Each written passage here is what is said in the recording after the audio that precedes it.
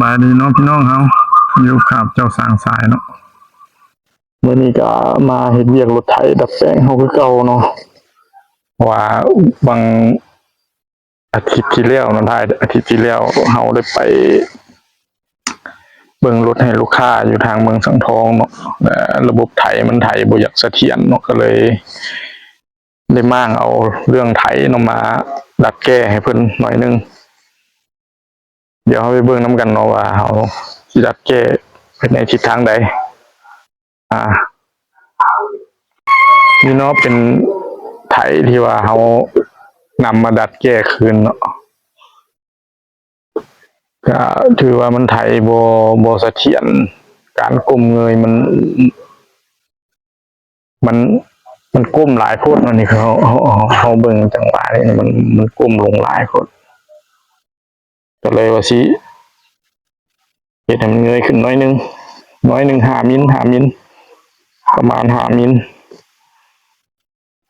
มันก้มเงยหลายโคตร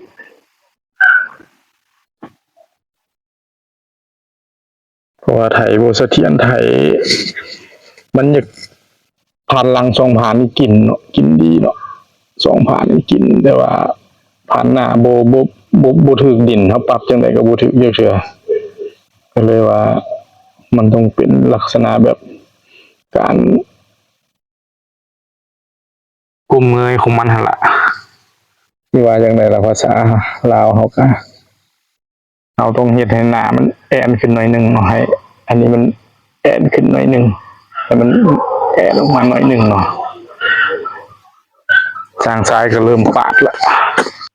ปาดจุดนี้เนาะแล้วเราสิเอียงองศามันให้ได้ตามที่เราบิดไว้นี่เนาะนี่ทางซ้ายจอดเทียบไว้เนาะเอียงบิดองศามันแล้วก็จังสิจอดเหล็กเสริมมาเพื่อให้ได้จับน็อตให้มันได้4 ตัวคือเก่าเนาะบิดก็ว่าสิบิดนี่เอาบิดนี่เอาละว่าปรึกษาน้ำมันสร้างที่ทำงานเนาะที่สำนานงานเพิ่นก็บอกว่าให้เฮ็ดน็อตใส่เอาเพื่อว่าไปไถบนอื่นเนาะไถบนอื่นเพื่อว่าอยากสิกบึดคืนก็มีสาเหตุเป็นเหตุผลที่ดีเนาะปรึกษานำทางพ่อใหญ่สุนันท์เนาะเพิ่นให้คำปรึกษาเนาะเพิ่นก็แนะนำบอกว่าให้ใส่น็อตเอาบ่ให้บิดเพราะว่าบิดแล้วมันสิตายตัวเลยเวลาเฮาไปไถอยู่ดินหมดอื่นเนาะดินหมดอื่นดินที่ว่ามันเป็นดินดากดินเหนียวดินอันนั้นมันสภาพดินแต่ละบ่อนมันบ่คือกันเนาะมันอาจสิได้ปรับคืนก็เลยเป็นไอเดียที่ดีเป็นเหตุผลที่ดีก็เลยเฮ็ดจับน็อตตามเพิ่นว่าแต่ตอนนี้เขาปาดออกก็ย้อนสิเฮ็ดให้มันเงยแอนขึ้นหน่อยนึงไอ้ตัวนี้มันแอนขึ้นมาหน่อยนึงแอนบ่ให้มันนั่นเงยหลายให้มันก้มหน่อยนึงเดี๋ยวเขาว่าเดี๋ยวสร้างสายเห็นเลยจังสิมาถ่ายคลิปให้เบิ่งอีกเทื่อนึงเนาะ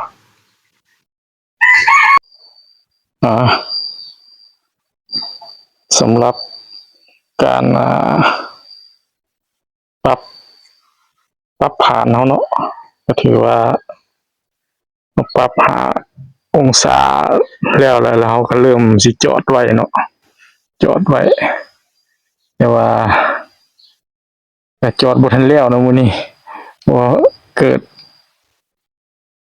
คือฝนสิตกเนาะฟ้ามืดมาฝนคือว่าสิตก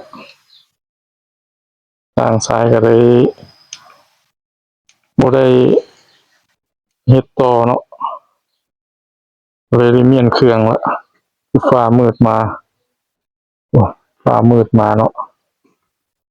ฟ้ามืดมาฝนสิตกละก็เลยว่าเมียนเครื่องซะก่อนเนาะบ่ทันได้เฮ็ดเนาะแต่ว่าก็เตรียมไว้แล้วล่ะเตรียมไว้มีแต่เฮามาจอดไล่คืนซื่อๆเนาะจอดไล่คืนไล่จอดให้มันเต็มคือเก่ามันเนาะหลังจากที่เฮาปรับไปตามเฮาต้องการล่ะ ได้องศามาหั่นล่ะก็สิประมาณนี้สำหรับมื้อนี้แต่คันฝนบ่ตกตอนช่วงบ่ายเนาะบางเทื่อก็สิได้เข้ามาไล่จอดให้มันเต็มแต่ว่าคันฝนตกก็ถือว่าบ่ได้เฮ็ดต่อเนาะมื้อนี้ก็สิเป็นมื้ออื่นพุ่นละจังสิได้มาเฮ็ดอีกในส่วนงานแก้ระบบไถเนาะระบบไถหรือว่าของพี่น้องเฮาอยู่ทางเมืองสังทองเนาะที่เฮ็ดสร้างสายเฮ็ดไปแล้วแต่ว่าเอาไปไถแล้วมันบ่เข้าเลิกว่าซั่นซะบ่เข้าเลิกก็เลยว่ามาปรับฐานปรับเอียงให้มันกินเลิกตืมอีกมันก็เลยได้ม้างมาเนาะม้างมาปรับจังซี่ล่ะแล้วจังสิเอาไปใส่จังได้ทดลองอีกบัดหนึ่งแต่ว่ามื้อนี้บ่แล้วเนาะไถเฮาคิดว่าสิแล้วสร้างสายคิดว่าสิแล้วก็บ่แล้วเนาะเพราะว่ามันฟ้ามืดมาเนาะ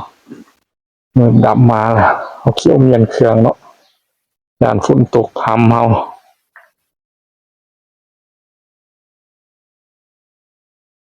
จังได๋ก็ฝากพี่น้องเฮากดไลค์กดแชร์กดติดตามให้สร้างสายนี่เด้อเพื่อเป็นกำลังใจให้ได้เฮ็ดคลิปต่อไปเนาะมีหยังก็คอมเมนต์